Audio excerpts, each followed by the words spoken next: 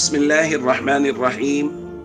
نبی کریم صلی اللہ علیہ وسلم نے ارشاد فرمایا، جب 3 افراد سفر میں ہوں تو چاہیے کہ ایک کو اپنا امیر بنا لیں۔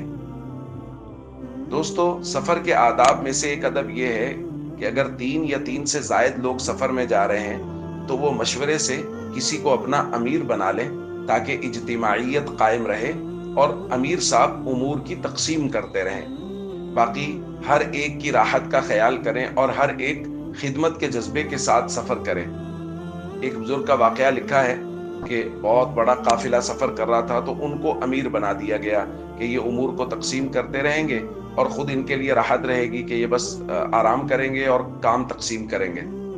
لیکن جب دیکھا کہ وہ بزرگ تو بڑھ چڑھ کے خدمت کر رہے ہیں، ہر کام میں آگے بڑھ رہے ہیں، تو لوگوں نے کہا ان کو تو امیر اس لیے بنایا ہے کہ یہ آرام کریں، امور کو تقسیم کریں۔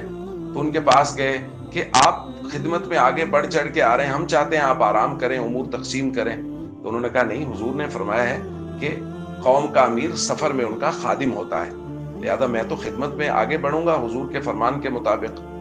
تو سب نے مشورہ کر کے کہا کہ ان کی راحت مقصود ہے، لہذا ان کو امارت سے ہٹا دیا جائے، کسی اور کو امیر بنایا جائے۔ انہوں نے کسی اور کو امیر بنا دیا۔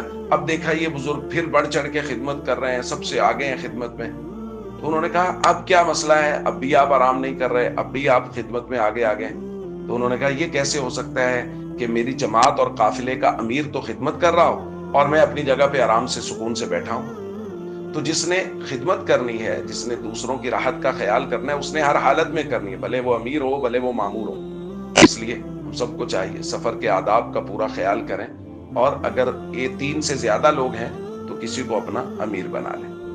السلام علیکم ورحمۃ اللہ وبرکاتہ۔